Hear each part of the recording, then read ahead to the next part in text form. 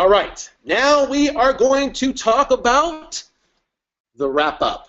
Wrap-up and setting expectations with your seller. All right, the wrap-up and setting expectations. First off, we want to explain in detail what will happen next. So you set the expectation with your seller, and there's no miscommunication, and everybody knows what's going on. Okay. And you want to take 30 to 50 pictures. So here's what we do. When I explain in detail what happens next. So we go, Mr. Seller, here's the deal. We got to complete our file. And we got to complete our file so we can have our file set for closing. So part of our completing our file, right, is we have to get several of our financial partners, contractors into the property over the next several days. And we have to get all of our title stuff done on the property in the next handful of weeks.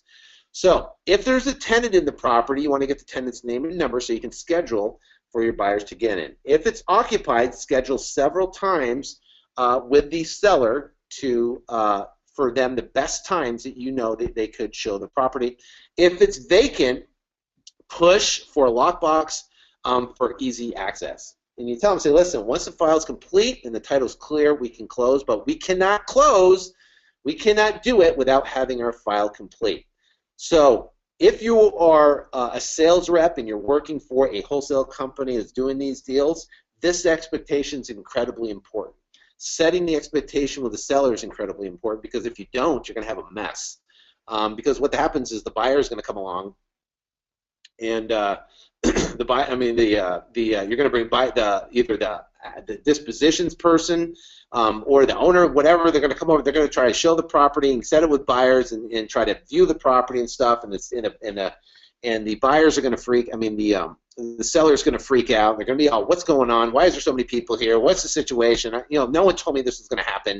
And if you do that, it's starting off the relationship bad.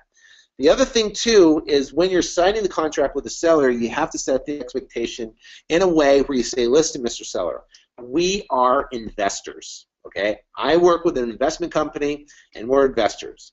We don't know if we're going to rent the property. We don't know if we're going to fix the property up and sell it.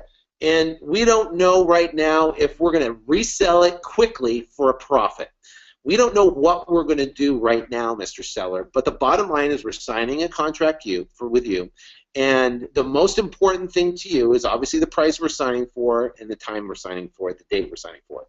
So whatever we do with the property is pretty much irrelevant because we're agreeing to a price and a term to get it done. If we want to fix and flip it, we will. If we want to buy, no. As long as I want you to make sure you understand that and that's exactly what we're doing, then you understand. So now, if they see the property on Craigslist, right? You put the property on Craigslist, and the seller calls up and goes, oh my gosh, I saw my property on Craigslist. Looks like you're trying to sell it. I said, listen, Mr. Seller, do you remember we had a conversation?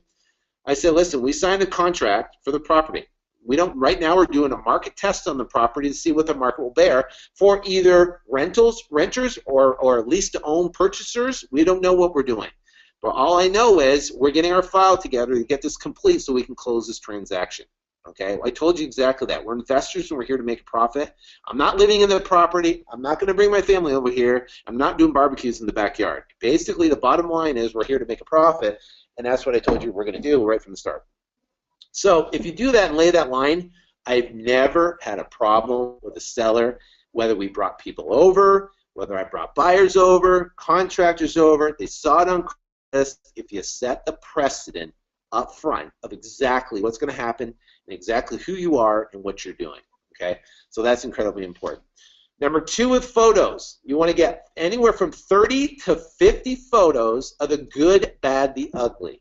30 to 50 photos of the good, bad, and the ugly, and we use what's called Google Photo, and it has an iPhone app and an Android app. What's the cool thing about it is you take pictures through your iPhone or Android, right? And then you can open up the app. It pulls all the pictures in. You can select the pictures, and it creates an album, and then you can share that album. And see, now the album has a shareable link, and I'll show you here. It looks like this. So here's one house we just closed on, Tonto. But see, it creates pictures, right? It creates these pictures right? And it creates a cool album. Now this album has a link that's shareable, right? And you can share this link with your buyers, right? You can put it on your website. So he's got the good, bad, and the ugly.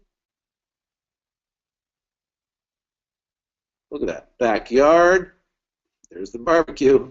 Not barbecuing. Front yard. Neighborhood view. Side view. Front view. Boom. So there you go. There's the pictures right there, which is cool. So basically, you can share this link in your email blast. You can share this link, and it works really, really, really well.